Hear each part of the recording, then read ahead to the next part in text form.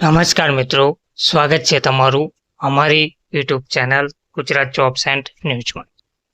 મિત્રો, આંગણવાડી પગાર વધારા અને વિવિધ માંગણીઓને લઈને રાજ્ય સરકાર DLMRC દ્વારા ત્રિમાસિક રિવ્યુ બેઠક યોજવામાં આવી રહી છે.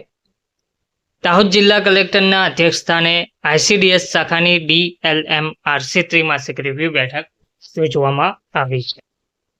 વિગતવાર માહિતી જોઈએ તો દાહોદ જિલ્લા કલેક્ટરના અધ્યક્ષસ્થાને આ ત્રિમાસિક રિવ્યુ બેઠકનું આયોજન કરવામાં આવ્યું છે.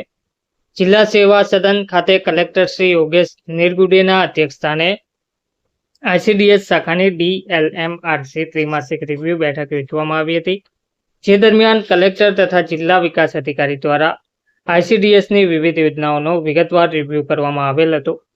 આંગણવાડી કેન્દ્રોમાં SAM, MAM તેમજ SCV અંડરવેટ બાળકોને 100% વજન ઊંચાઈ અને તેનું મોનિટરિંગ થાય તે માટે જરૂરી સૂચન પણ કરવામાં આવ્યા હતા.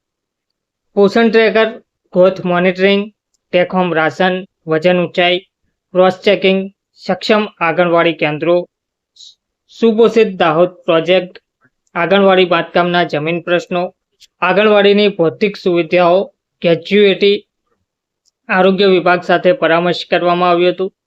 આ દરમિયાન બાળકોનું હેલ્થ ચેકઅપ, બિનપરંપરાગત પદ્ધતિથી થનાર આંગણવાડી બાંધકામ, પૂર્વ પ્રાથમિક શિક્ષણ લગત વિડીયો, વીજ કનેક્શન તેમજ આંગણવાડી બાંધકામનો રિવ્યુ કરવામાં આવ્યો હતો.